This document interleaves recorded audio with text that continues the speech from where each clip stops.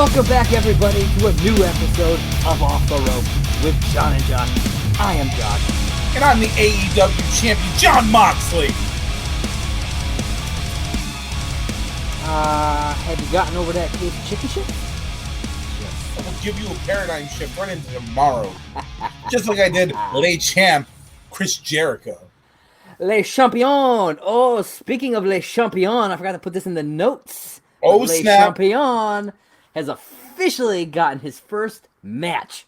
The movie trivia showdown against the one, the only, Mr. Kevin Smith. That's right, people. If you like movie for trivia, anybody who's a fan or follows Josh, you would know that Josh is a huge Schmodown fan. Yeah, buddy. It's good times. And if you are a movie trivia fan, if you love movie trivia, you love wrestling, this combines those two worlds. Movie trivia, Schmodown. Yeah, it's good stuff, man. They're doing their match. If you like beer drinking and you like violence, have hatchets and hops. Let's throw some hatchets and kick some brewskis back. Yeah, I'm okay with that. I've done that. It's good times. But yeah, if you're interested, that match is going down on August 27th on the SEN, which is the Schmodown Entertainment Network YouTube channel. So be sure to check that out. Like I said, it's Chris Jericho versus Chris Jericho versus Kevin Smith battling out.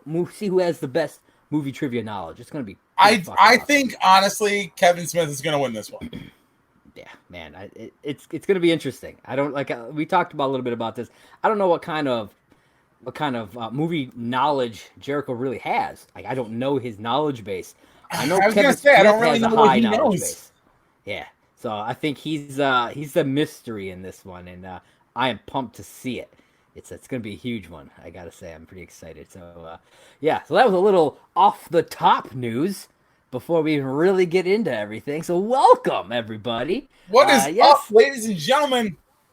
We are here with a big episode, number 10. We have made it 10 episodes into the new double round digits of Off the Ropes, and I am really excited. And we're going to have another episode coming up here in a few days when we cover tomorrow's pay-per-view. I'm not calling it by its name until we get to the actual review.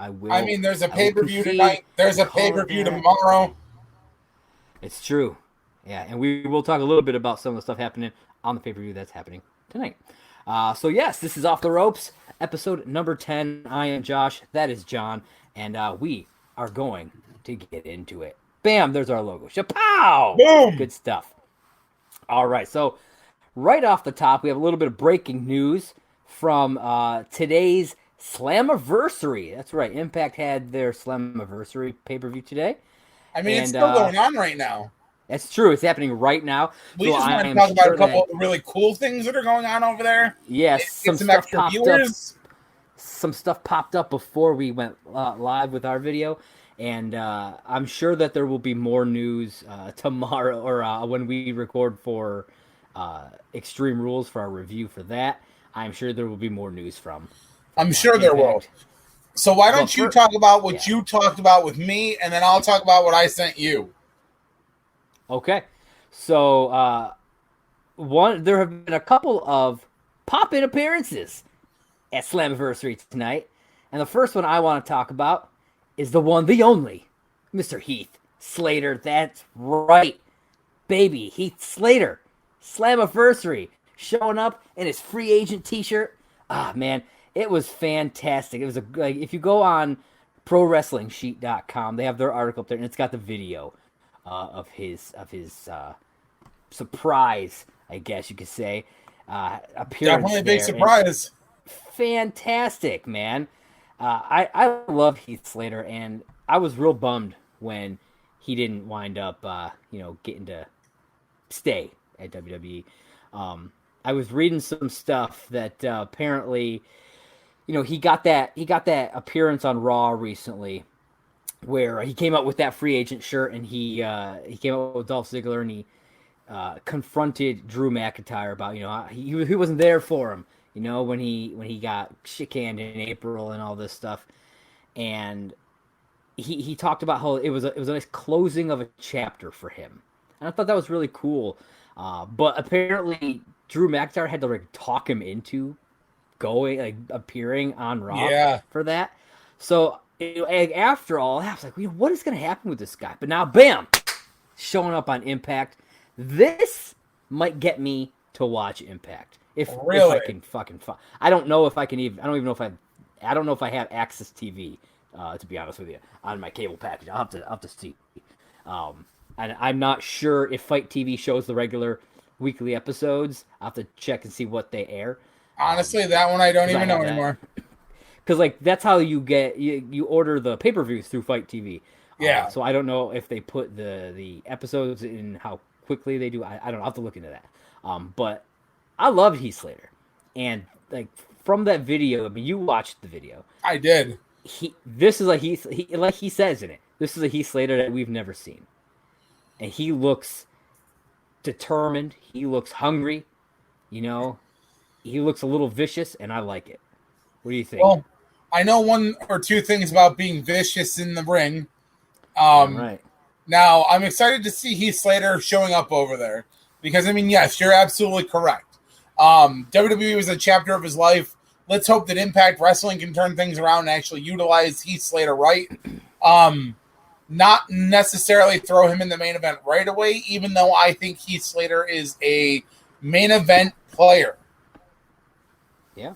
I said it. I think Heath Slater has what it takes to be one of the... I mean, maybe not necessarily the top guy, but I think he's one of those guys that can work with the top tier guy and make him look better than he's looked before. Yeah. And I mean, now, he called out. He said he wants that title. He does. I mean, he never got a real opportunity for a title in WWE until after they fired him.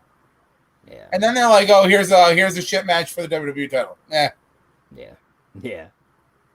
Now, so. If Heath Slater wasn't enough to pop up your ears tonight about Impact Wrestling, let's talk about the other day. Well, return to Impact Wrestling tonight, and that is the one, the only Detroit tag team themselves, the fucking Motor City Machine Guns. Josh, you're up.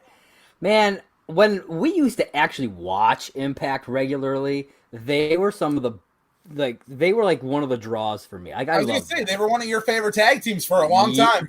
Oh yeah. So, and I'll be honest, I didn't know what had happened to them. I hadn't been following their career much after I stopped watching TNA and all that stuff. Well, I know, and I'll be honest, I didn't even realize that they tear, and he came back from that. I didn't even realize that they weren't still over there. To be totally honest with you, I didn't realize. 10 years.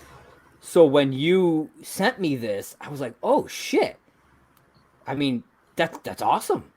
And so, thinking about the fact that Heath Slater over there, and now Motor City Machine Guns back in action over there, I definitely might check out some Impact. I mean, that's Impact's at least trying to making some good right now, man. You got to respect that. Yeah, they know that they're third in the ratings right now, and they need to do something.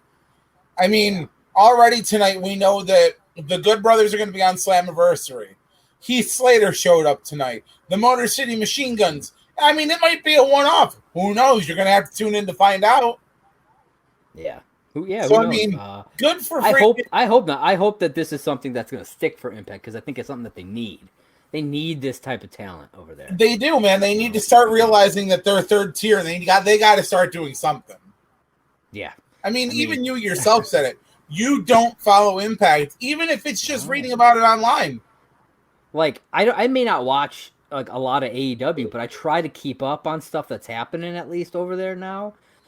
But I really don't with Impact. But I with these, if they keep doing moves like this, they're gonna start pulling me back. You know what Absolutely. I mean? So I'm down for that. And you did speak of the Good Brothers.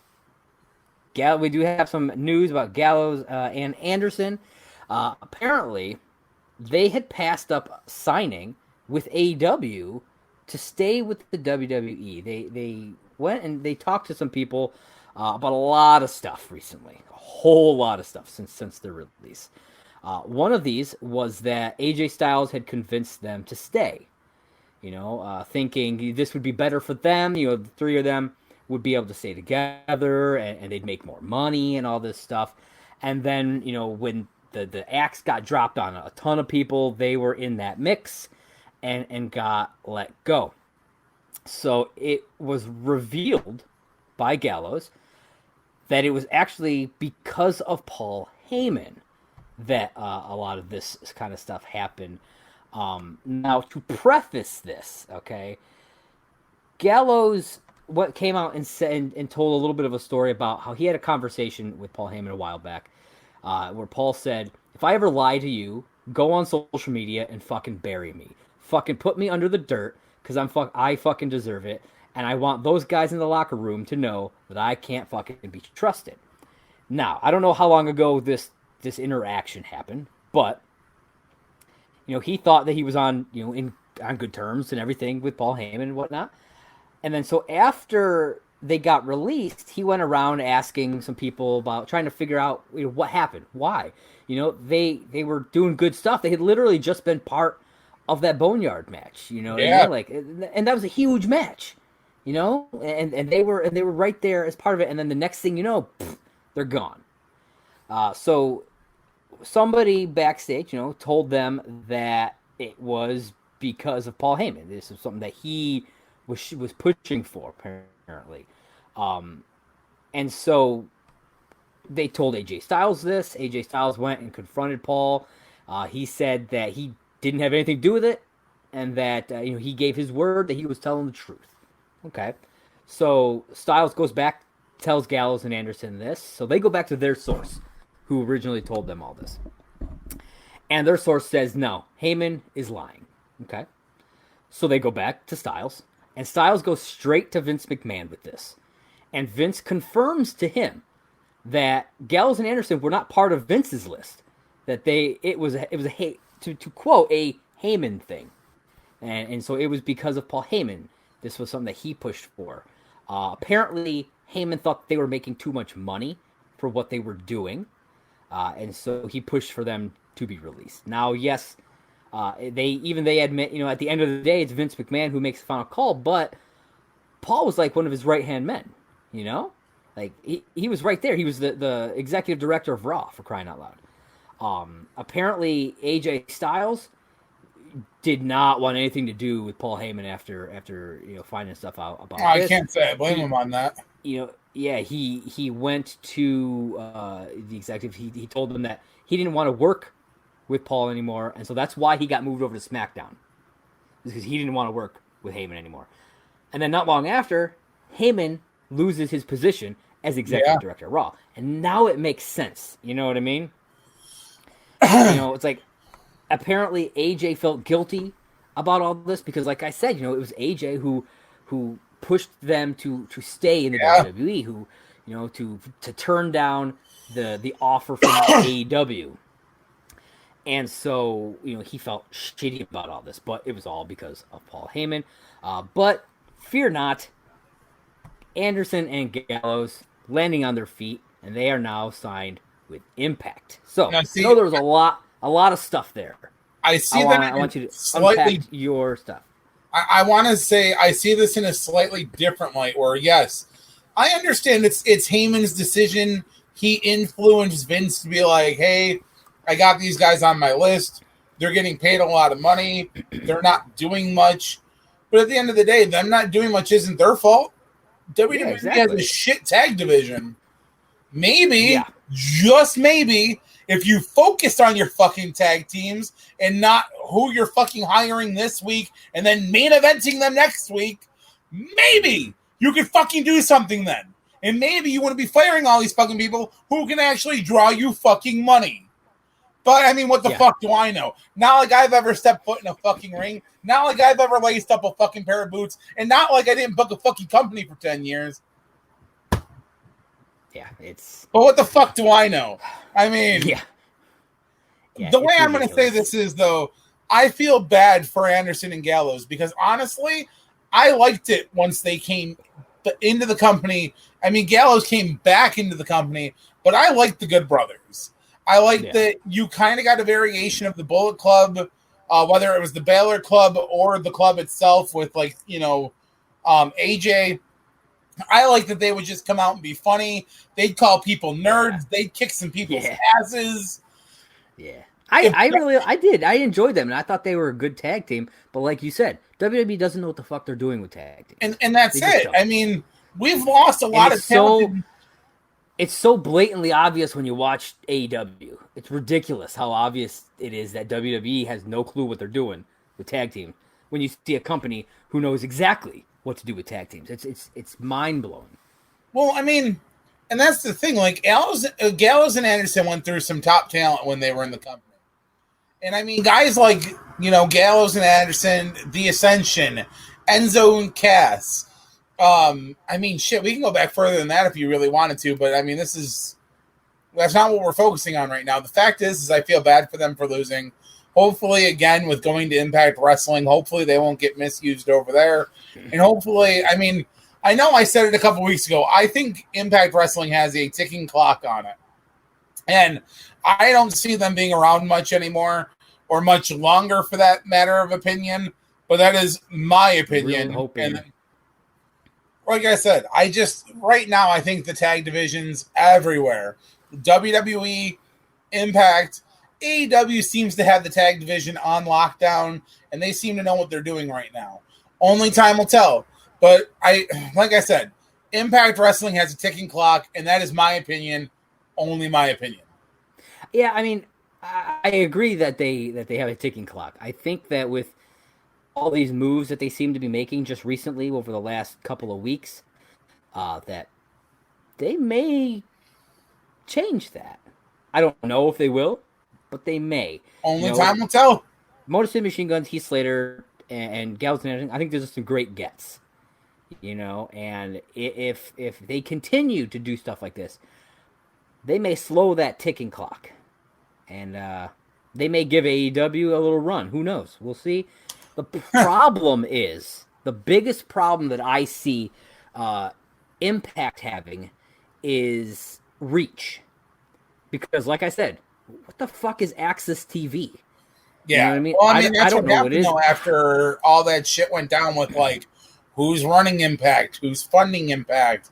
They lost their spot on Spike Television.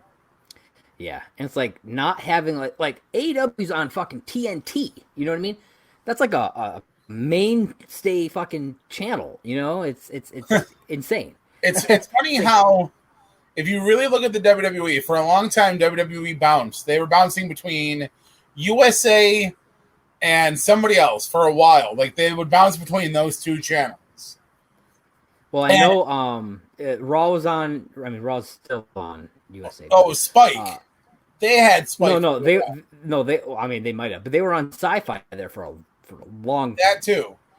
But one of the things that really makes me laugh is that, Turner Network hasn't had wrestling for years. I can't remember the last time I saw wrestling on TNT. I think you remember. It was probably like the early 2000s, but I can't really remember that federation's name. I think it was something like WCW. I mean, that's a stupid name. I mean, not. And we're not talking about Woman Crush Wednesday either. I mean, we're talking about legit WCW. They had some of those. Who? Name one woman you got a crush on. I have no idea. Exactly. I don't know if I can name them. I didn't watch WCW. Velvet Sky. Boom. There you go. I didn't watch WCW. So Velvet Sky's from Impact. Velvet Sky's not. No, I thought we were talking about WCW. And I said well, they if I'm gonna had. Go bad, I'm going to say Medusa. Because I said they had some of those when we were talking about WCW. The Nitro Anyways, that's fair. That's fair. Tori Wilson. I didn't know she was over there. Okay. Stacy Keibler. Again, I didn't know. I didn't know she was in WCW. She was Miss Hancock back then. Oh, okay. Again, I didn't watch WCW really. Like I've watched some stuff since, but I was a like WWE or WWF at the time, and some ECW back then, as opposed to WCW. So John was the other side of that. I was the other guy. Yeah, good stuff. So I'm a black and red fan, ladies and gents. All right, though. So to continue on with some news tonight, let's get ourselves out of some Impact Wrestling mode, and let's focus on the other guys. Yes. All right. So WWE has launched their latest trailer for their brand new video game, WWE 2K Battlegrounds. Battleground. I mean, just look at that. You got fucking crocodiles. You got fireworks. You got a helicopter over there. You got Stone Cold with an electric fist. The Rock with a fire fist. I mean, fuck, even Roman Reigns back there copying The Rock with a fire. Is that like a family trait, the fire fist? I don't even know, but it looks pretty cool, I gotta say. So, WWE, like I said, they recently released their trailer, and with it, a press release about the new game. In the press release, it revealed that the game would release on September 18th of this year. So, 2 months away. That's not bad. For PlayStation 4, the Xbox One family of devices, which include the Xbox One X and Windows PC via Steam. Also, Nintendo Switch. Yes, Steam. Also, the Nintendo Switch and something called Stadia, which I do not know what the fuck that is. I'm not a gamer, so I have no idea what that is. It features a roster of more than 70 WWE superstars and legends at launch, with additional superstars to be released after. It is available right now for pre-order in digital formats at participating retailers. So they went on to talk a little bit about it's got several different ways to play. It's got an exhibition mode, a campaign mode, an online mode. Pretty standard for most games nowadays for this type of game, for fighting games. But one of the things I thought was actually pretty interesting was you can actually customize your own arena to give your brawl a personal touch. So I thought, I don't know how deep into it, like, can I put a fucking crocodile in my, I don't know, but that would be cool. I watched the trailer, and the trailer looked nice. There was a goat in the ring. There was a fucking goat. And I have a feeling Daniel Bryan might be able, like, one of his moves might be able to turn into a goat. I don't know. Maybe it was Rey Mysterio. He had goat written on his gear for a while. That's true. It's very, very possible. Maybe it's like Captain Planet. And when the two of them are in the ring together, they become a goat. That would be interesting. When their powers combined, they're a goat. They're the goat. 2K Battlegrounds is designed to be easy to pick up and play, but challenging to master. With more advanced techniques to be learned and skills to be unlocked. It's got a roster today of the biggest superstars, including Roman Reigns, Drew McIntyre, Charlotte Flair, Becky Lynch, Asuka, Daniel Bryan, Kofi Kingston, Randy Orton, combined with legends including Andre the Giant, The Undertaker, Mankind, Shawn Michaels, Yokozuna, Sergeant Slaughter, and more. Man, Yokozuna's going to take up 2 roster spots. Yeah. And each superstar will utilize one of 5 class styles.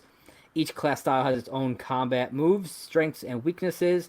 You can choose between Powerhouse, Technician, High Flyer, Brawler, and All-Rounder. It's got an arcade-style power-ups, such as the Flaming Fist, the Ice Breath, and Earthquake, accompanied by colorful visual effects, as you see in the trailer. A lot of very colorful effects, which I kind of dig that. It's very different from the games that they've been putting out, from the normal. Well, they've already said, WWE released a statement when they were first talking about Battleground, that this is going to be more like old school arcade style over, what you're traditionally used to playing over the last few years with the 2K series.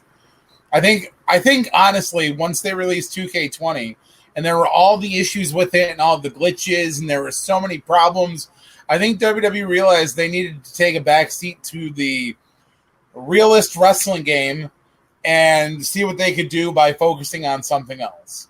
Yeah, I love the 2K games and like even going back with like the SmackDown versus Raw games and all that stuff. I love those games, but this just looks fun and different. And that's it. I mean, I'm literally, I've been playing. I mean, again, look at this picture.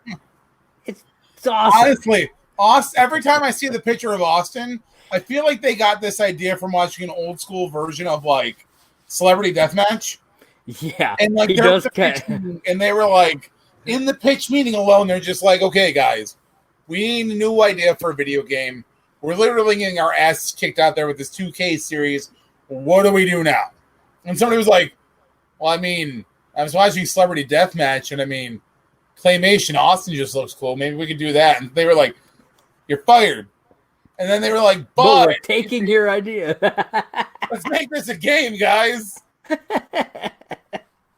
Yeah, dude, I wouldn't be shocked. Like I said, Battleground, the electric fist. Dude, I will totally use the electric fist. And apparently, with the Undertaker, we see it in the trailer. He can like summon the fucking electricity, the lightning from the sky. That looks awesome. 2K Battlegrounds is available now, like I said, for pre-order in Standard Edition for $39.99. And Digital Deluxe Edition for $49.99. So it's actually not bad.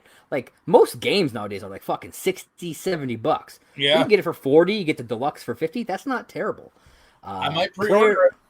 Players who pre-order the Standard will receive Hall of Famer Edge at launch. And if you get the Digital Deluxe Edition, you will get Edge as well as all versions of Stone Cold Steve Austin, The Rock, and John's favorite, Ronda Rousey. I'm not ordering it anymore. Nope. As well as 1,100 bonus gold bucks, which is their in-game currency that you can use to. Yeah, no, they lost me with Ronda Rousey. I would never play that game ever. Dude, don't your games have Ronda Rousey in them right now? Just 2K19 and ask me how many times she's seen the ring. That doesn't mean that you. Budget cut. Yeah, but that shouldn't stop you from getting the game. Budget Just cut. think about it this way. If I had stopped before I said Ronda Rousey, would you still have bought the game? Like, you know what I mean? So there you go. Just don't use her. I mean, she was in the poster, bro. I knew she was in the game. I just don't want her. Well, just don't use her. Trust me. If she was find someone to hack into your game and delete her. Listen, if Ronda Rousey was the last woman on the face of the planet, and I had to repopulate, I'll let the world die. Fair enough. I get it. I mean, I don't like her either. It could be save the world and become a millionaire and be famous for the rest of my life. The world's dead. I'm sorry. I can't do it. Fair enough. I will still, because I've been contemplating picking up a PS5 when it launches. So I hope this game is. I don't know if you can do the PlayStation. I mean, if it's digital, I feel like it shouldn't matter. I should still be able to get the game even if it's on the PS5, because you don't need the disc, so you don't need backwards compatibility. And I'm not sure if the PS4 games are backwards compatible or not. That I have no idea. This is a game I would get. You know what I mean? Like, it looks fun. It's definitely a game I would get. I could totally play. I would play this game with my daughter.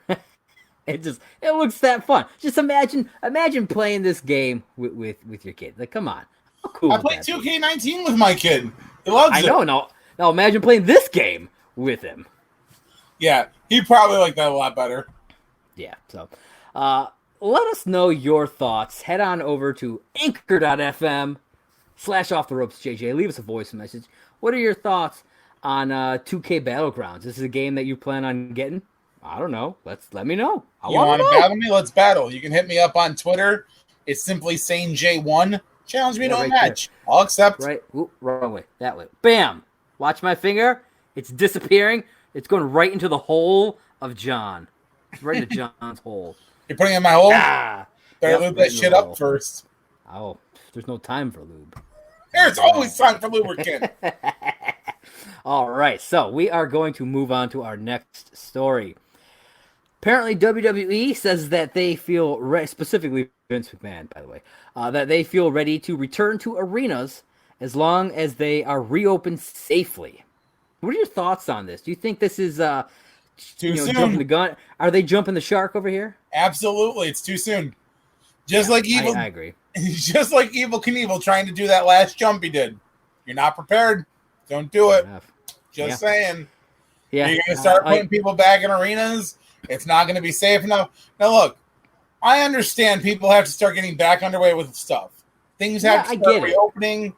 I get it. But there are just some things you cannot do. Live show should be one of them. Mark my words, people in the back, listen the fuck up. I mean, unless they're like, okay, we're only going to let 100 people in and you have to sit 3 seats apart. And like that's literally like, but there's no point in that, you know. I mean, All right. There's one way to explain this. And I owe this to Josh. So I'm going to even attempt to do this in this fashion. I watched a show a few months ago. It's called Parks and Recreations. There's a character. His name's John Ralphio. If you've watched the show, you know what I'm saying. But wear your mask! That was horrible. I'm sorry. Take your pills, baby! All right. Oh, man. Now, look. I'm just going to say... I want to go horseback riding. Deal. All right. Now, besides the point that I'm not taking Josh horseback riding, I do think that things need to get back to the way they were. That being said, if you're going to do things like shows where you've got legitimate fans, not just like the 15 that WWE's had in the Performance Center lately, there needs to be a safeguard. I'm sorry. Yeah. I mean, I understand that restaurants and stuff have had to open recently too. I still think it's a little early for that because, I mean, numbers are still going up. California closed them back down. I'm surprised with our supreme governor of fucking New York State, Cuomo's still letting shit go. I mean, he's a fucking terrorist, but you know, we've been doing good. Dude, don't be bashing on Cuomo. We've been doing good because of him. That's the reason why things haven't had to get re-shut down, because we've actually been doing what we're supposed. Now there are plenty of people out there, citizens, who are fucking idiots. And that's what I'm talking about. I'm talking about the state is actually doing good stuff. Yeah. I mean, and that's the problem. Look at the, you said, a handful, 15, 20 people in the crowd right now. Fucking, they're still having problems with them wearing masks. And they put in a rule that says if you get caught not wearing your mask the first time, a $500 fine. Then it's $1,000 every time after that. The fact that they had to institute that policy, there's no fucking way that they're going to be able to keep the normal audience to do that. Not to mention they just recently had another spike in fucking numbers in WWE anyway. More people tested positive with COVID. Yeah. It's like, I don't know what the fuck WWE is doing, but this is why AEW is taking shots at you. Fucking get your shit together. I don't know what the fuck AEW is doing to keep it down. Like, I don't understand. Well, one of the main things is a lot of their shows are recorded in a place that's like well ventilated, and big shows where they have more going on are filmed outside. Yeah, like you said Fighter Fest. Yeah, Fighter Fest is outside. So I mean, that makes sense. You got to do what you got to do at this point. Yeah. Though it still bothers me that nobody fucking had masks on at Fighter Fest. It just and I agree, especially in Florida. I mean, yeah. But yeah, it is what it is, and I feel like like you said, it's way too soon. But so what else we got, Josh? Speaking of the whole mask policy and everything, since I brought it up, I figure I'll do a quick talk about this one. Apparently, Kevin Owens is the one. He revealed that he's the one who pushed real hard for this new face mask policy. He was one of the ones that opted to not compete because of all the COVID stuff. He joined people like Roman Reigns and Sami Zayn, who've all like, we don't want to risk this. Okay, I mean, I wouldn't want to risk it, but yeah, he pushed for this, and they instated it, and like I said, $500 for the first offense, $1,000 each time after. So I think that's great that he did that. I think, and I like that they listened. That's a big thing, that they listened.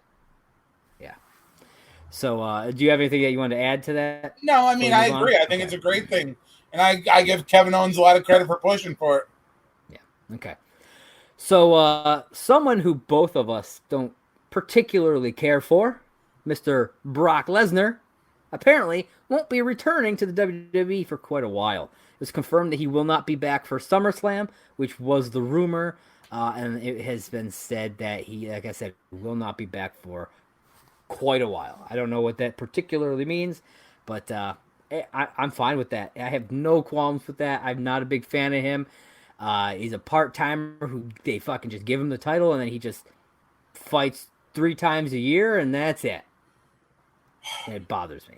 Do you want my honest opinion about how heartbroken I am? Always.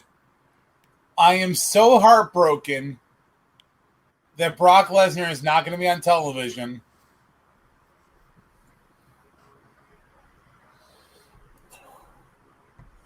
I can't.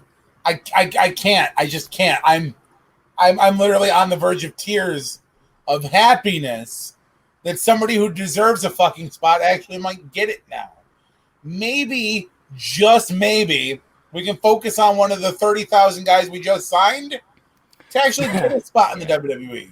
I mean, again, I've never booked a fucking company officially, but I'm just saying, learn how to use the fucking talent you got instead of signing somebody and immediately putting a rocket in his ass and shooting him to the top. Because I'm just saying. Yeah, and they put quite a rocket in. And there were a few other people that they put rockets up their asses, but we're not getting to them because we don't have any news stories about that. I mean, at this point, John Cena's rocket's burned out. I mean... Yeah, but you know what? John Cena may have had a rocket up his ass to the top, but he worked to keep that rocket. You know what I mean? There, he worked to keep it. Yeah, yes. That's true. Like I agree that they shot him up quick. Yeah, but he busted his ass to stay there. Unlike people like Brock Lesnar, Ronda Rousey, they didn't give two shits. They're like, yeah, I'm on the top, but I don't have to work every fucking day. Fuck you. John Cena, like I said, yeah, I agree with you. They put him up there quick.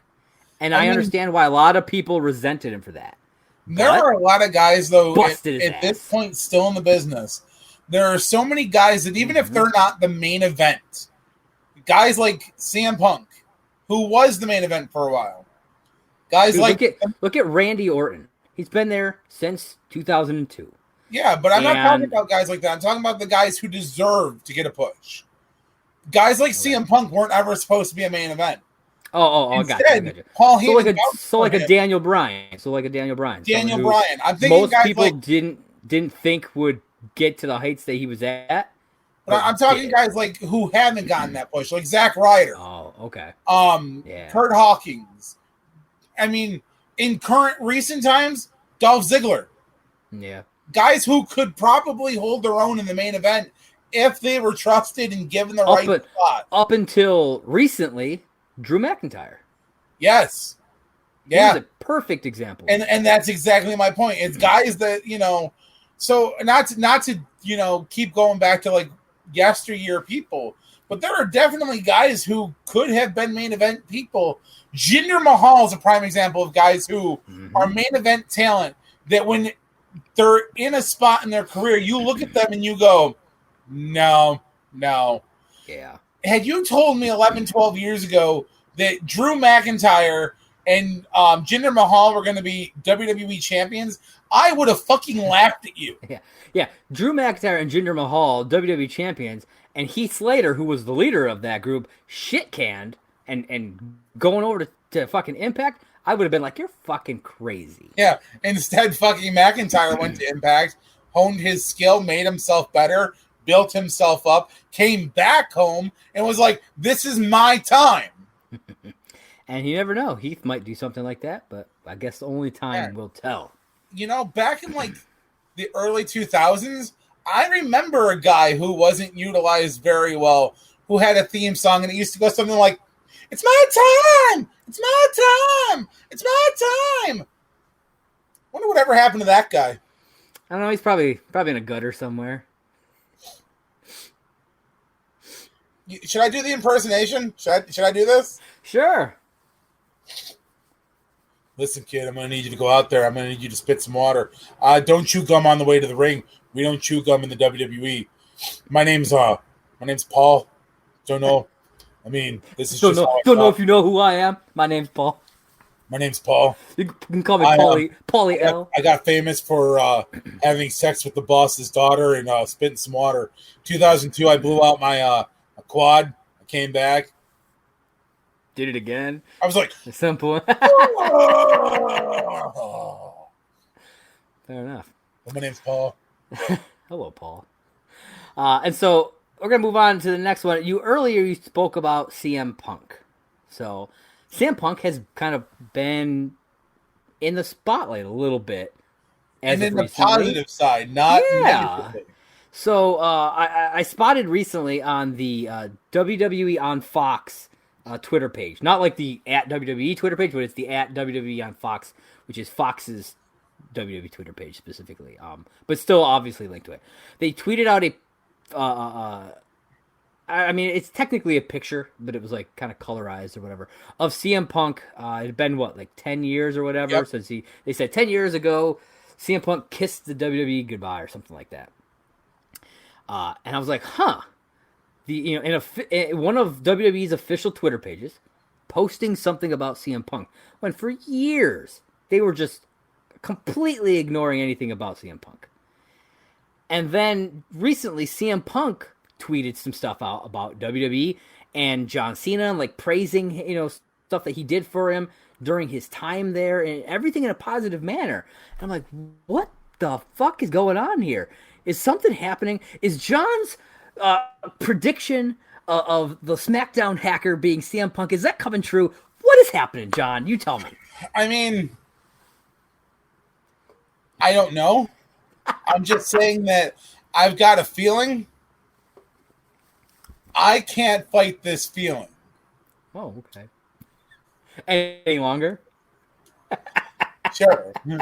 I was going to do more of the it's on a feeling. Oh, I was going with I can't fight this feeling any longer. That's my love for you, bro. It's my love for you. Yes.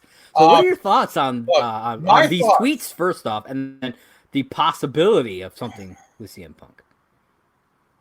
So the way I look at it, I mean, posting a thing about CM Punk walking out of the business 10 years ago, that was a big moment in the WWE. There was a lot of stuff that got opened up from that. A lot of backstage drama. Politics were confronted because of it.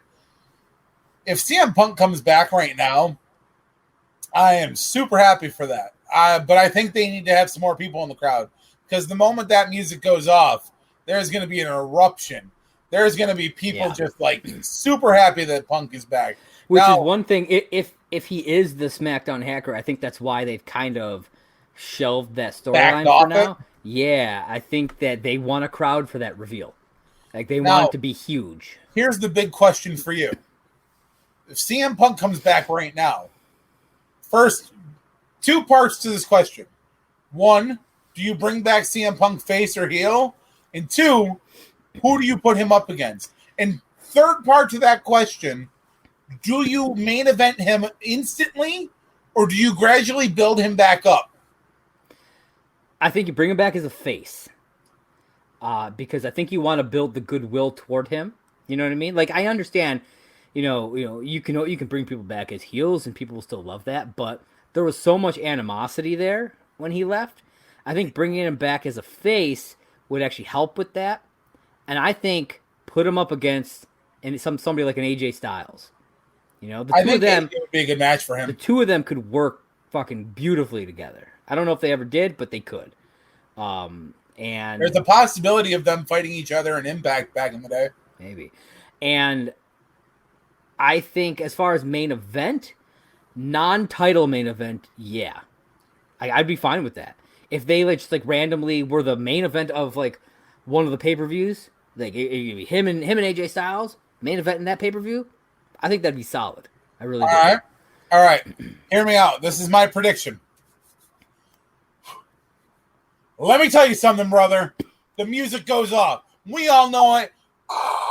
Look into my eyes. What do you see? Punk walks out on the stage. The fans go crazy. CM Punk takes the mic and he blatantly rips off The Rock. Finally, I have come home to tell you fans exactly what I think of each and every one of you. And that is that I am better than each and every one of you. I didn't need you then. I don't need you now. Instantly calls out the golden boy, Drew McIntyre. You've got what I want.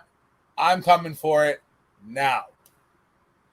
I mean, I think it would be awesome. I would love that. Do you think that it would...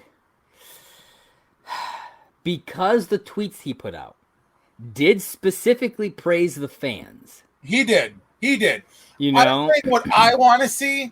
Realistically, fair enough. Yes, he's probably going to come out that curtain and be like, I love each and every one of you. This is what I do. Yeah. There's also still not concrete evidence he's coming back, though, at this point. No. There's definitely not. But I would not be against what you proposed there. I am... At this point in time, I no longer say, this is professional wrestling. This is black and white. This is how things are. Yeah. Not to take the spotlight off of CM Punk for a second, but 9 years ago, Edge walked away from professional wrestling, and we thought we were never going to see him again. It's true. Edge is back in the business. Yeah. Maybe, just maybe, this is going to start opening the door for some of those people who thought they never had a chance to come back and just start showing us that some of these guys are here. Yeah, no, I think you have a good point there. And now, that being said, I would love to see Edge take on CM Punk as well. Dude, yeah. I'd be down. I'd be down for any of that kind of stuff, man. I loved CM Punk. I loved what he brought. I mean, fuck, you could even put him back up against fucking D-Bry. You know that they work good together. I mean, yeah, no, I'm down with that. You know, there's a lot of potential for CM Punk to come back and be the top of the company again. Yeah. Not that he. But here's the question: do you want? I mean, you did say Drew McIntyre, so that means that to me it sounds like you want him with that rocket straight up his ass. Not so much the rocket per se, but we all know CM Punk has a drive, and it's an undeniable. Punk has charisma.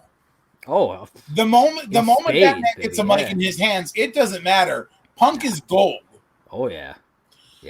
And okay, so ladies and gentlemen, if you've followed Off the Ropes long enough, you know Johnny does not like CM Punk.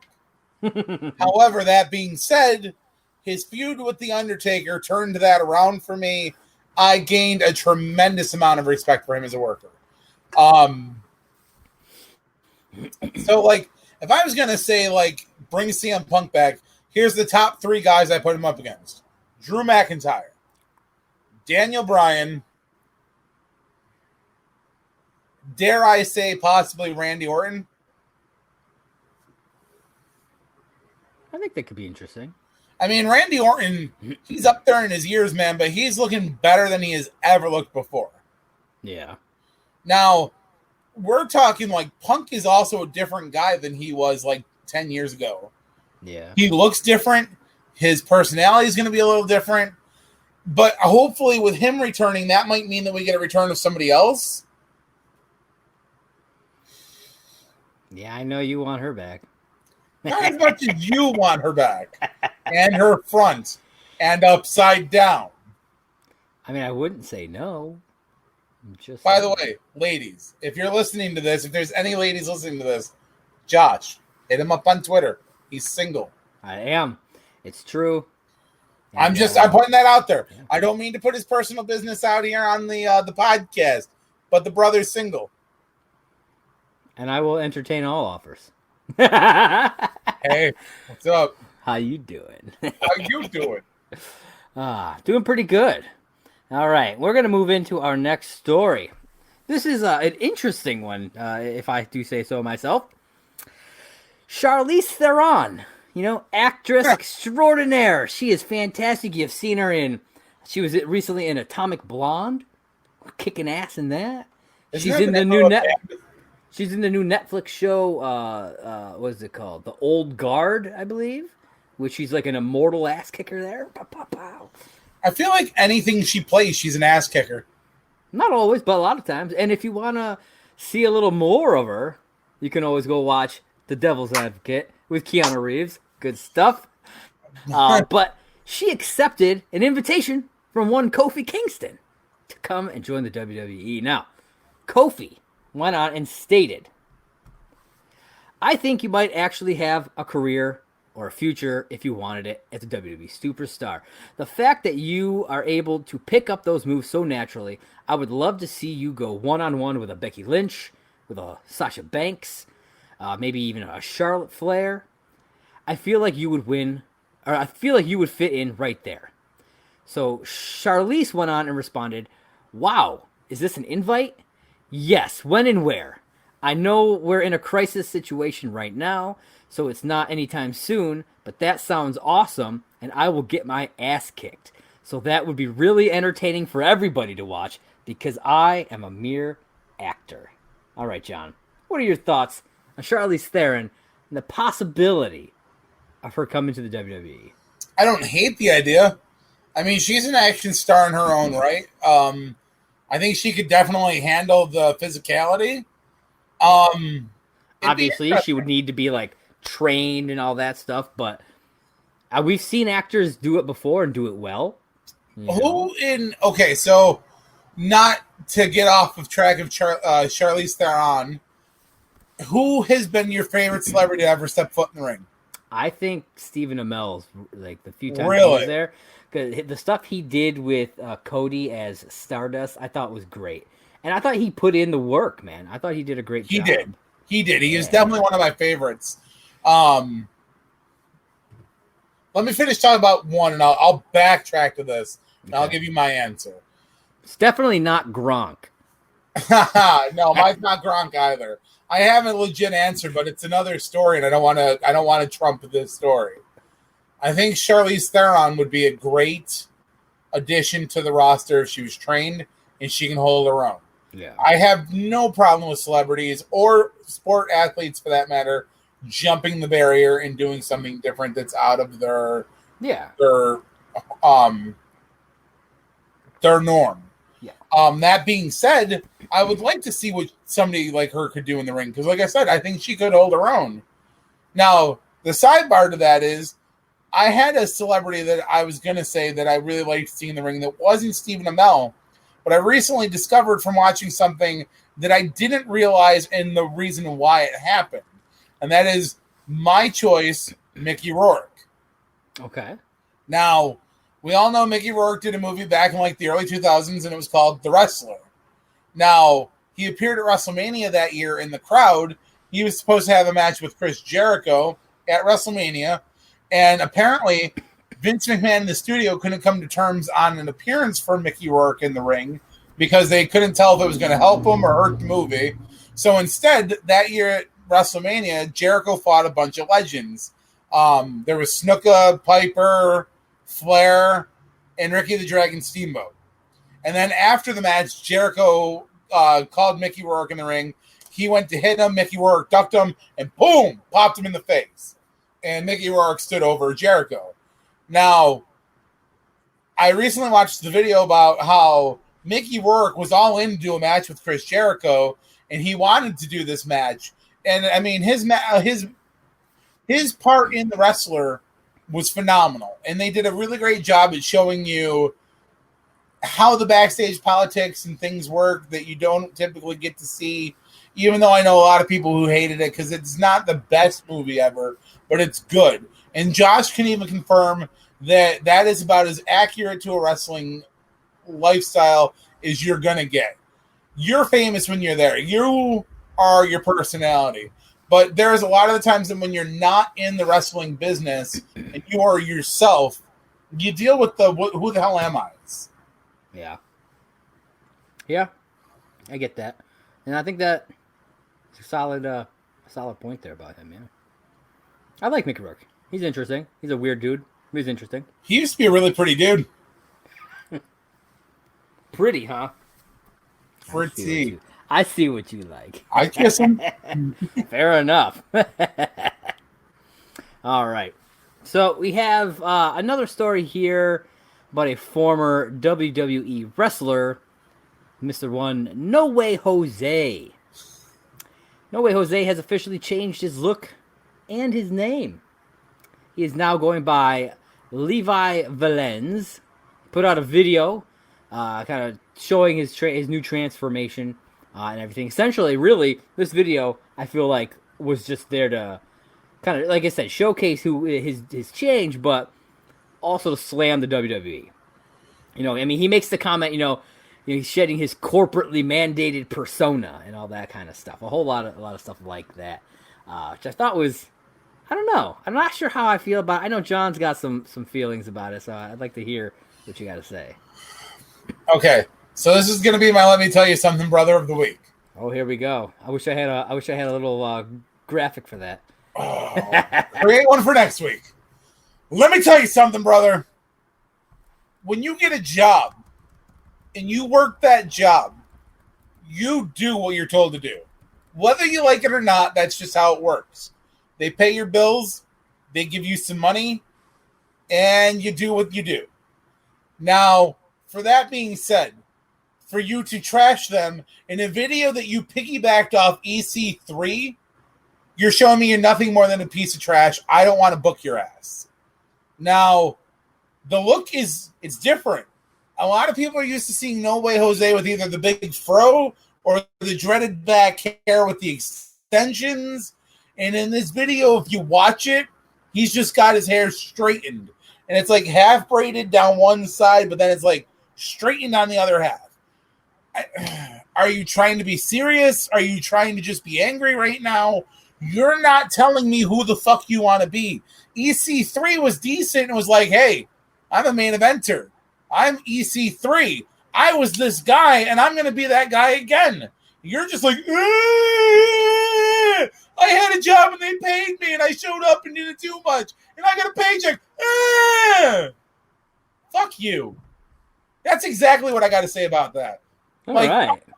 That's a whole lot of telling of you something. Now, as if that's not bad enough, you didn't bring much to the table. You had a knockoff gimmick of somebody who was in the WWE beforehand at that. His gimmick was paralleled to that of one Adam Rose. And you never saw him bitch about his gimmick. Yeah. You saw him bitch about the fact that he was misused. Yes. You saw him bitch about the fact that he didn't get a lot of time with his family. And that was something that was important to him for other reasons. All you're doing is whining about the fact that you got a fucking paycheck and you weren't happy. Shut the fuck up. Yeah. Like corporately mandated persona, and essentially he couldn't be himself. You have his own personality. It's like, and there's a lot of wrestlers who are like that. You know what I mean? It's like, okay, you have a wrestler who okay, look at Bayley. Look at when she started. Just real bubbly, just super friendly to now. One of those personalities might be her real personality, but both of them aren't because they're complete opposites. So obviously that means that she's not being her true self in at least one of those gimmicks.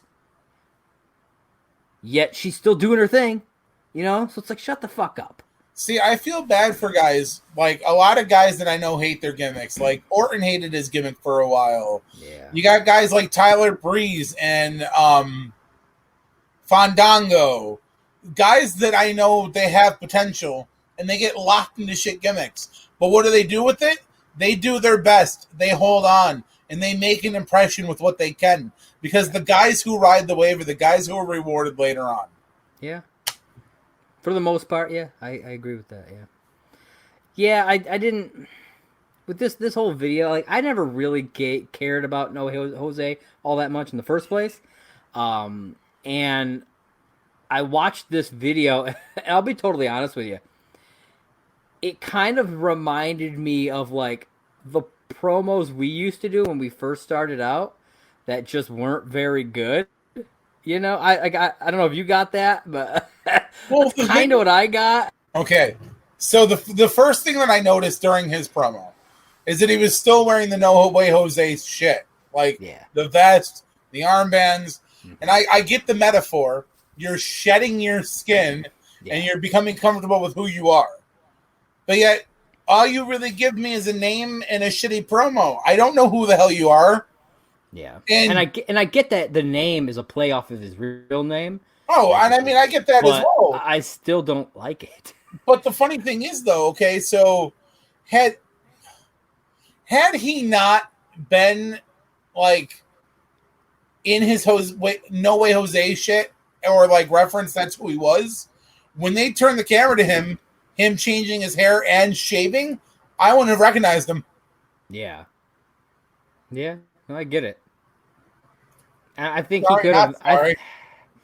I think he could have made a bigger impact, doing, I don't know, not just relying on bashing the company he used to work for and whining about shit. Yeah. Like, you know what I mean? That's how it read to me. Oh It's like no, I'm just absolutely. whining and whining and whining and being a little, as you've like to say, especially about somebody we talked about earlier, a little one CM Punk, a hashtag crybaby bitch.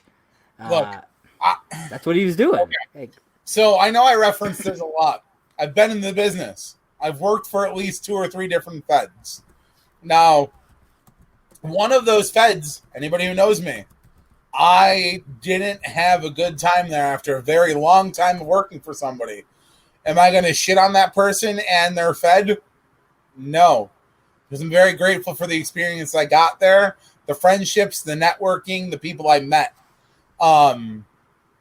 I'm just saying, you can't shit on the place you were given your start. I mean, who knew you before that? 50 people in a bingo hall? yeah, exactly. Yep, I agree with that. All right, now speaking of people who nobody knows, I'm just kidding. People know this guy, both these guys, Mr. Matt Cardona and Brian Myers, formerly Zack Ryder and Kurt Hawkins. For those of you who don't keep up on, what they do outside of the WWE, have officially signed a deal with a company called Super 7 for some exclusive wrestling figures. Yeah. And I have a pic here of these figures. I mean, they're think it's pretty cool. epic. Yeah, man. It reminds me of like the Hot Toys figures where it's got like the different heads and hands and stuff. Lots of points of articulation. Looks really cool. And I mean, these guys, I mean, they have the podcast, as you can see down in the corner of the picture, the Major Wrestling Figure Podcast. Like they talk about wrestling figures and stuff. Like they're huge into that.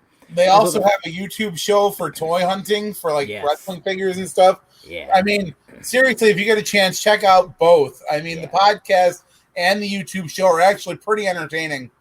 Yeah, and so the fact that they signed this deal for some exclusive figures and stuff, and I assume that it's not just gonna be them. I feel like they're probably gonna do other stuff, maybe get some of their other wrestling guys and friends and stuff. I don't know what all it will entail, but I gotta say, if they're reasonably priced, I'll pick some up. Oh, dude, I would totally pick at least one of them up. Yeah. Now, that's not all the news there is for the Long Island Broski this week. That's right. So, for people who don't know this, and I don't know if this is going out of order for Josh over there, because I know he has a list, and God forbid you break the list. Nope, I have both these stories back to back. So, Zack Ryder, Matt Cardona, changed up the look of his famous the Internet Championship. Now, for people who know, the Broski created this for his YouTube show, Long Island IZ, and he started proclaiming himself as the Internet Championship.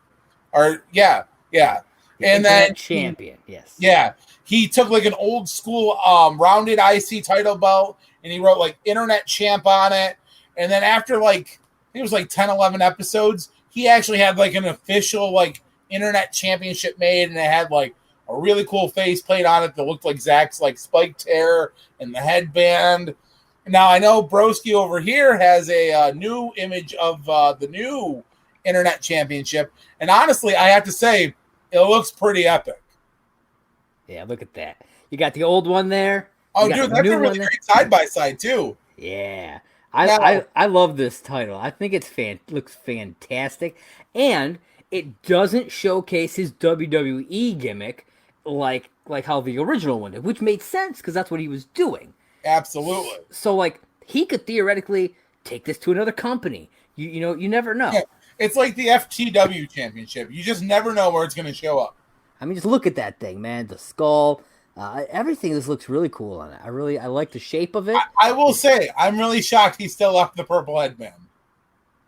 Yeah, I think he still is trying to keep a little bit of his visual persona, a little bit. You know what I mean? Oh, absolutely. Because I mean that was a big part of him for a long time. And like I said, yeah. I mean, titles all the time get makeovers and stuff, even in the WWE. Yeah.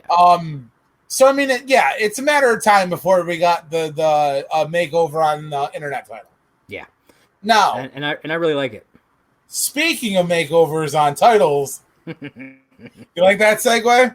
That's nice. WWE, about 2-3 weeks ago, unveiled a new look on the United States Championship by one Montel Vontavious Porter, better known as MVP.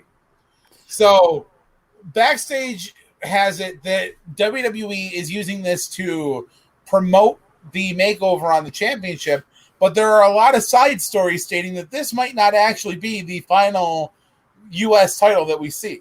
There might still be one more waiting. Interesting. Well, I do have an image that I'd like to show us. Josh has an image. This Now, is the new United States Championship. Now, I personally like this new U.S. title. I was a fan of the one from 2002 to like recently, but this one, it just has something that none of the other titles have right now.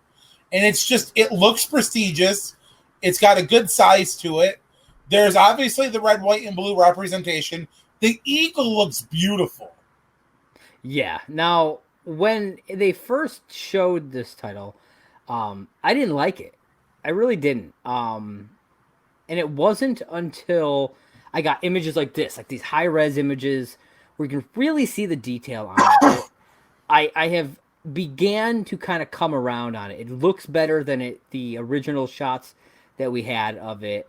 Like right, as you can see in this image, the blue in the word champion. I didn't even know that it was blue originally. It didn't look blue in that first kind of grainy picture that we saw of it. And you didn't really get the detail on the bird like we see here, but like I actually have kind of come around on liking the design of it. I still, however, think it is a bit small. Personally, have we seen it on somebody yet? I mean, we've seen someone holding it. I don't know. I know I haven't seen somebody wearing it, so that I don't know. But it seemed a little small. I could be wrong.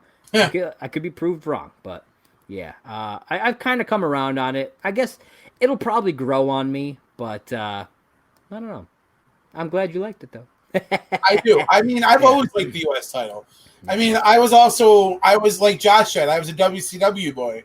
So I grew up on the WCW version of the U.S. title, which had a very tiny little flag on it, and it was just a big belt. Did they ever say why they changed it? Like from to this one?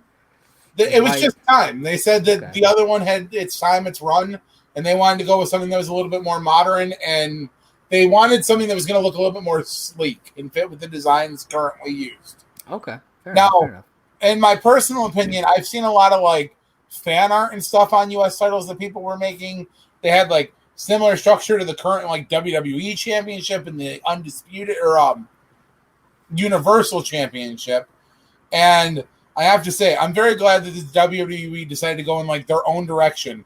Now, on top of that, I don't know if you have this in your notes for this title, but this title wasn't created by OCC choppers like most titles have been recently. This title was 3D printed. Oh, wow, really? Yes, it is I don't have the shit anymore. But yeah, I sent you an article like a few days ago that this title was made by CDC 3D printer, I believe. Okay. So in other words, the plates were all 3D printed and attached to the leather. That's cool. And they're made out of like a high resin plastic. Yes. I should have been way more prepared for that. I'm sorry. Because I mean, 3D printing is done with like a high resin plastic kind of a material. So that makes sense. That's interesting that it's done that way because we're so used to the metal belts. They said it saved them a lot of money. Oh, I'm sure it did. I'm interested as to it's got to be a lot lighter too. I would assume so, but I know that WWE has been releasing a lot of replica titles. They're called commemorative belts, and they're not made out of metal. They're made out of plastic. So it's pretty much like that. That's cool. Hey man, you know what? Whatever works. I mean, I wouldn't have guessed that. You know what I mean? Just from looking at it. So I think that's pretty cool. Yeah. So you guys, I'd love to hear what your guys' thoughts are on this title. Hop down. Ooh, where'd it go? Right there it is. Anchor.fm/offtheropes. JJ, leave us a voice message, or you can always hop on the Twitter at twitter.com/offtheropesjj as well. I'm just going to point out that I called out 2 people from my job the other day, and I noticed that there's still no voice messages. So leave us a voice message. Like I said, just let us know your thoughts, man. I'd love to hear those. And if you're like, I don't want you to play my message, then just say that in the voice message, and we will just listen to it and comment on it, because we would love to know what you guys think of all this stuff. We would want that interaction with you guys. Yeah. I mean, I'm not calling Chad or Russell out by name. I'm just saying, you fucking listen to this podcast, you should leave a voice message. Yeah. We'd love to hear from you guys. Do it. All right. So our next story, former WWE star Tammy Sitch, a.k.a. Sunny, is back in jail yet again. Records show that Sitch was arrested by the Monmouth County Sheriff's Office on Monday for the following charges: eluding a police officer, contempt/violating a domestic violence restraining order, and operating a motor vehicle during a second license suspension. It's like, what are you doing? My God, she just can't stay out of trouble. I just don't understand. I don't remember exactly what movie this is from, but to quote a movie, Tammy Lynn Stitch is in the news. Must be a Tuesday. Oh shit, that's good. That's good. Thanks. Yeah. Might make a staple into things I say. Who knows? Honestly, it doesn't shock me that Sonny got in trouble again. I mean, you know how every once in a while that celebrity pops up and you're like, oh, fuck, what did they do now? Uh-huh. Anytime I hear the name Tammy Lynn Stitch, instantly in my mind I go, oh, fuck, what did she do this time? Yeah, it's... I really have nothing to say. I mean, it doesn't shock me that she would get in trouble. We all know she's a troublemaker. She used to be hot. She's okay now. So this is what I want you to do, okay? I'm going to reread the charges. And I want you to come up with what you think she was doing. Okay. Eluding a police officer. Okay, what does that exactly mean, though? So in other words, she's like, she ran away. She was running from the cops. Oh, okay. Okay. Violated a domestic violence restraining order. So in other words, someone put out a restraining order against her for domestic violence. Enough said. I got it. Hold on. And then operating a motor vehicle on her second license suspension. So she had her license was suspended for a second time, and she was driving. So there's your painted field. Fill in the blanks. She was bored at home, jumped in a car, went to the dude she beat the fuck out of, or who beat the fuck out of her, and she was like, baby, I'm hard up for some cash. Let's make another sex tape. And he was like, no. And he called the cops, and she fucking ran. Fair. I mean, I'm just saying, I can't think of anybody who would make a sex tape with Tammy Lynn Stitch. I mean, I don't know where she's been. I can't think of anybody who would be that hard up for cash. But I will say this. I will go as far to say this. I really, really hope that Tammy Lynn Stitch at some point in her career can get herself back under control, because I really know that the death of Chris Candido fucked her up hard. And look, Tammy, somebody put me in touch with Tammy. I want to help you any way I can. Yeah, I want to get you clean. I want to help you get back on your feet, because you know what? You don't deserve it. You're a good person. Yeah, I hope that someday we don't ever... You know what? I hope that we never have to report on her again. I'll say it that way. You know what I mean? I will say unless that report is, she's doing fantastic now. Oh, that went in a totally different way than I was expecting. I was thinking the next time we report on her, it's going to be Tammy Lynn Stitch is dead. I mean, at the rate she's been going, that might be. Do we know how old she is right now? Not off the top of my head, but you vamp a little bit, and I'll look that up. ladies and gentlemen, boys and girls, children of all ages, let this be a PSA to you. First off, do not drink and drive. Second off, if a cop has you, stop. Do not run. Listen to what the officer has to tell you, and do not fight it. She is 48. So, I mean, she's at least already over the age of, like, typical wrestlers and their deaths. No, 47. She'll be 48 in December. Sorry. Fair enough. Yeah. She's still over the age of typical wrestlers who pass away from drug abuse, so that's true. I'm shocked there. And it's like, I mean, at least these charges weren't drug-related.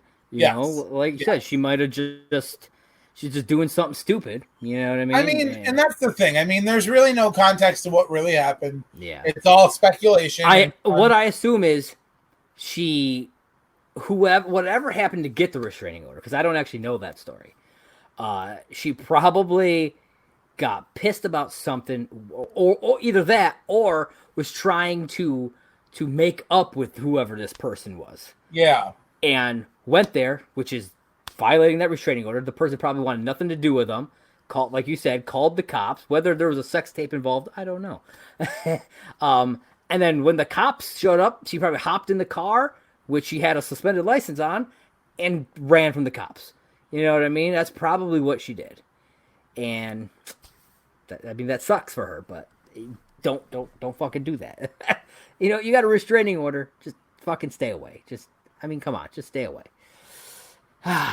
Anywho, another former WWE person has popped back up recently, but this time as a manager. I think she was a manager before.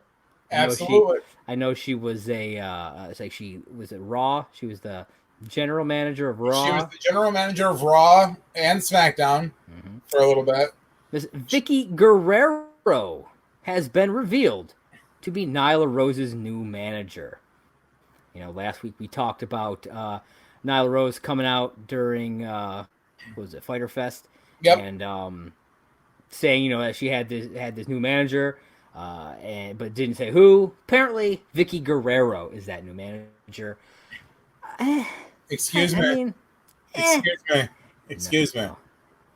Your thoughts, though. My thoughts are, I was never a fan of Vicky Guerrero. I understand, you know, she was brought in, she's Eddie's wife, all this stuff. But she always annoyed the piss out of me. I couldn't stand her. She tried to make anytime she was on screen, I was like, I'd rather change channels than sit here and watch her, just because of how annoying the character is. I don't know if she's like that in real life, but the character, at least, of Vicky Guerrero was somebody who I had no interest in watching.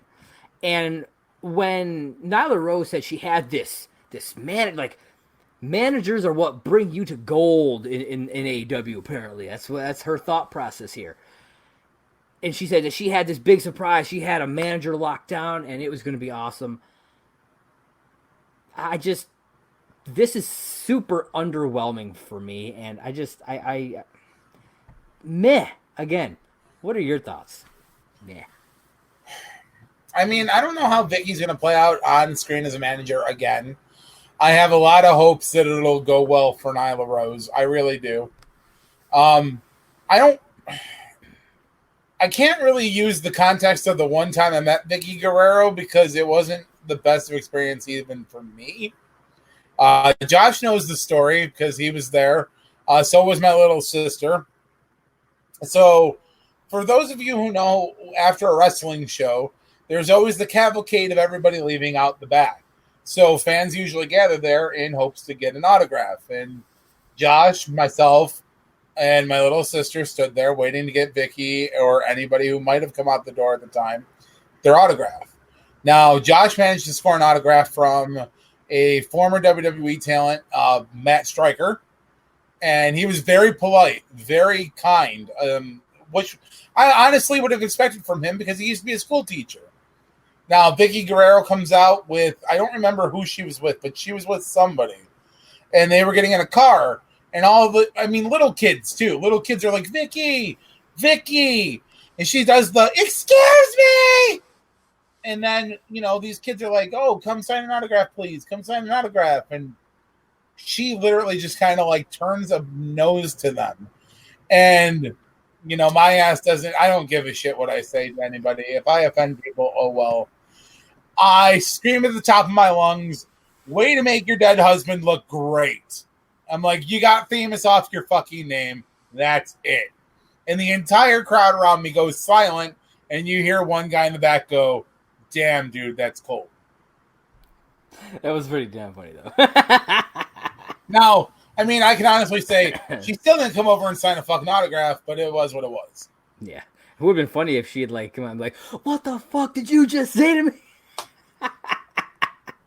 That would have been awesome. I mean, and like I said, I hope Nyla Rose gets somewhere with this, but I mean, at the same time, there are a lot of other managers that could have been used, and I guess this is the best she could find. I guess. I mean, Vicky's not bad. Don't get me wrong. I mean, Vicky did. I just don't like her. That's really what it is. I know, but under her tutelage, I mean, you could literally say she got Edge like 2 world title reigns. So I mean, she's at least successful, man. I guess. I mean, I don't know. I think I'd give that to Edge. But let's just give it time and see where it goes. Yeah, I guess. All right, we got 3 more stories left for tonight. First off, it's going to be Ivelisse is set to return to AEW this coming week. She will be in a match next week on Dynamite. The former Lucha Underground wrestler will face off against Diamante, a former member of LAX in Impact Wrestling. So, what are your thoughts? I don't really know this. This wrestler. I mean, I saw this news article. I don't really know her. I don't know her work. I'm glad to see her come back, though, I guess. And I guess she's been gone for like a year or something like that. I was reading. So, I mean, I'm interested to see what they got. Well, I feel like AEW does a good job with their female talent. So overall, they do really good with all their talent. They're true. Really trying. Yeah, they really are. So, well, like I said, and Lucha Underground, I love Lucha Underground stuff. So, I mean, just like that style, and if this is where she came from, hey, I'm down with that. That's cool. I'm excited to learn some stuff about her. Yeah, definitely. All right. So our penultimate story. NWA President Billy Corgan. You may know him as the lead singer of the Smashing Pumpkins. I know him better as that guy who lost his car keys. Has assured fans that the NWA is not shutting down despite rumors. Some rumors had gained steam after Raven said during an interview that he had heard the company would not return after the recently going on hiatus following the departure of Dave Lagana, something that we talked about 2 episodes ago when we were talking about all the hashtag speaking out stuff. Dave Lagana was a big part of that, and there was some question as to whether or not NWA would come back, would reopen. In a quick note about the NWA, he says, I fought NWA, which I fought for and won ownership of a few years back. We are not shutting down, so please disregard any and all rumor to the effect. The NWA is not and will not be for sale, and those talent who are under contract remain under contract for a reason, which is that we at the NWA are trying to figure out a way to provide our great fans with wrestling content in a very, very tough environment. And, most importantly, keep our talent safe and the standard of production you've come to expect from us at a high level. Anything less, in my opinion, is unacceptable. So yes, appreciate the interest, appreciate the chatter, but don't appreciate the unsourced rumors and speculation. So, John, what are your thoughts on, first off, the rumors that were kind of fueled by one of the guys who you love, Mr. Raven there? Well, it's really and the statement that Billy Corgan put out. It's really funny because I had actually listened to one of Raven's podcasts recently, and he did mention the whole Billy Corgan rumor. And Raven's not a guy who talks without at least some form of, like, I'm not going to say that it's all you throw shit at wall and hope something sticks. But Raven's not typically a rumor mill kind of guy. He usually has some validity in the shit he talks about. So he was at least fed something from somewhere that made him think that NWA might be closing their doors. Now, whether or not it's true or not is it's going to be foreseen in the future. Billy Corgan could just be covering his ass and trying to put something like public. What's the word I'm looking for, Josh? He could be just trying to save face, put on a good show. He's trying to pretty much get out of it and not. Yeah. But yeah, I mean, PR nightmares are the worst thing about professional wrestling because look, I mean, I can literally start a rumor right now that Josh touched me inappropriately. Now, in 3 days, that is going to be blown out of proportion and given 7 different meanings. Now, inappropriate touching or something could be as simple as he grazed me and I wasn't appreciative to it. Now, selling a company is I guess that was a bad example. I don't know. I really don't know. I don't think NWA is closing. I don't have any reason to think Billy Corgan would want to sell it because I know how hard he fought to get it. It's the same when he had partial ownership of Impact Wrestling. He was doing his damnedest. Yeah. Billy Corgan has always wanted to be a promoter.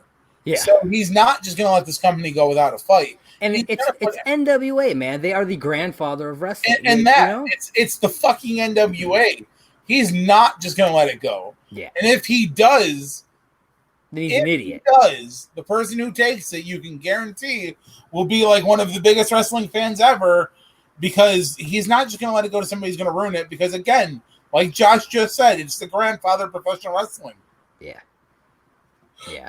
I agree. I don't think that the NWA is done. No, there's no way. There's no possible way that now will it be sold? I don't know. He claims that's not on the table, but you never know. And like you said, he could be trying to save face here. He could be, trying to just clean up a PR mess. And I got what you were going with the whole analogy that you're saying. PR is huge, and things can a single rumor, like a rumor like Raven put out, from something that he maybe heard from someone he trusts. Sure, okay, but it's still a rumor nonetheless. And yeah, someone like Raven who has a big base, who tends to be trusted by people because he's a no bullshit kind of guy, that will spread, and that will spread farther.